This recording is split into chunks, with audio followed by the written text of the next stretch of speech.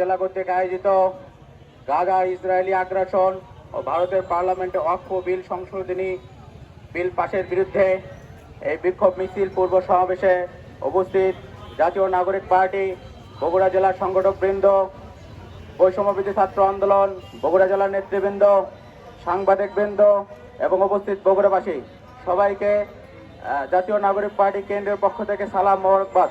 সম্মানিত উপস্থিতি, আপনারা জানেন গত 1.5 বছর ইসরায়েল এই খুনি জায়নবাদী শক্তি যেভাবে ছোট্ট একটা ভূখণ্ড গাজায় যতগুলো বোমা মারছে, যেভাবে গণহত্যা চালাইছে, আমরা জাতীয় নাগরিক পার্টির পক্ষ থেকে এটার প্রতিবাদ জানাই।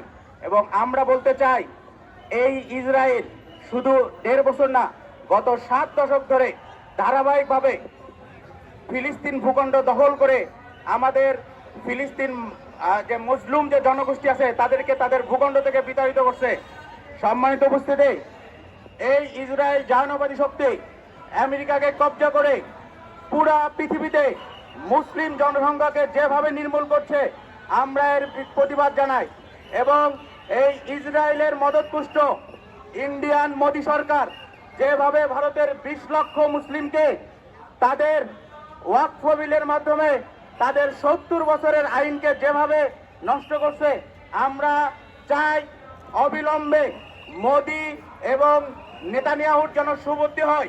এবং জালেম কখনোই টিকে থাকতে পারে না, জুলুম কোনোকালেই টিকে থাকতে পারে না, জুলুম কোনোকালেই টিকে থাকতে পারে না।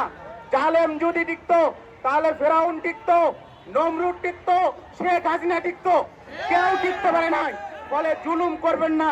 আপনাদের কাছে অনুরোধ, আমি ভারতের কাছে অনুরোধ করে আপনারা আপনাদের বিলকে নিয়ে আবার চিন্তা করুন। রাষ্ট্রপতির কাছে আছে, এটা নিয়ে আবার চিন্তা করুন। এবং ইসরায়েলের কাছে অনুরোধ করে অবিলম্বে এই গণহত্যা বন্ধ করুন। 2 রাষ্ট্রভিত্তিক যে সমাধান, এই সমাধানের পক্ষে থাকুন। এবং আমরা চাই আমরা বাংলাদেশ থেকে, সম্মানিত উপস্থিতি, আমরা যে কাজ করতে পারি, আপনাদের কাছে আমার অনুরোধ, আইন নিজের হাতে তুলে নেবেন না। আমরা প্রতিবাদ করব, আমরা আমাদের জায়গা থেকে সর্বোচ্চ চেষ্টা করব, আমরা সোশ্যাল মিডিয়া ব্যবহার করব, আমরা দোয়া করব, আমরা প্রতিবাদ বিক্ষোভ করব। এবং আমরা জানাবো আমাদের যে প্রধান উপদেষ্টা, আমরা জানি আপনি ওয়ার্ল্ড ফিগার, আপনার কথা সারা পৃথিবীতে শোনে। এবং আপনি অবশ্যই বিশ্বমঞ্চে গাজার এই ব্যাপারটা আরো জোরালোভাবে তুলবেন যেন অবিলম্বে বন্ধ হয়। এবং বাংলাদেশে আমরা চাই যে বাংলাদেশে ইসরায়েলি পণ্যের ব্যাপারে আপনারা অবশ্যই আমরা বয়কট করব, কিন্তু কোনোভাবেই আইন নিজ হাতে তুলে নেবেন না।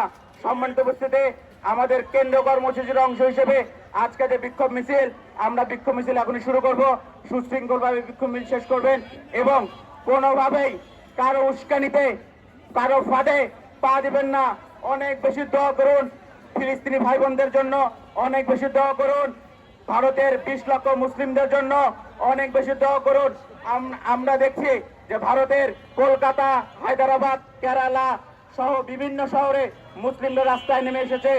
আমরা বলতে চাই, বগুড়ার তৌহিদি জনতা, বগুড়ার মুসলিম জনতা, বগুড়ার জনসাধারণ সবাই ভারতের এই মুসলিমদের প্রতি সংহতি প্রকাশ করছি। আমরা বলতে চাই, 47 সালে জিন্নাহ যেটা বসছিল, এইটা এখন আমরা হাড়ে হাড়ে টের পাচ্ছি কিভাবে শুধুমাত্র ধর্মের কারণে ভারতের 20 কোটি মুসলিমকে কিভাবে তাদের অধিকার থেকে বঞ্চিত করা হচ্ছে। সম্মানিত উপস্থিতি, আপনারা অনেক বেশি তওবা করুন, দোয়া করুন এবং আপনাদের হাতে যে জায়গা আছে যে আপনারা অবশ্যই ইসরায়েলি পণ্য বয়কট করবেন। এবং সোশ্যাল মিডিয়াতে আমরা ক্যাম্পেইন করব এবং কোনোভাবেই আমরা কোনো আইন নিজ হাতে তুলে নেব না।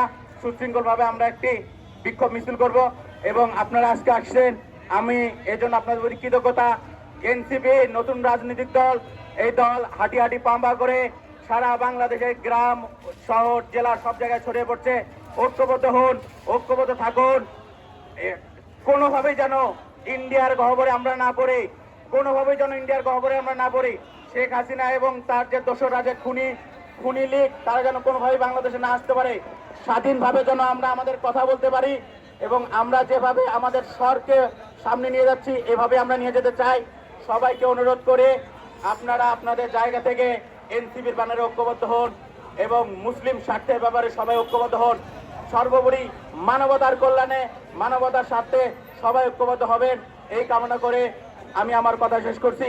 ইনকিলাব জিন্দাবাদ। এখন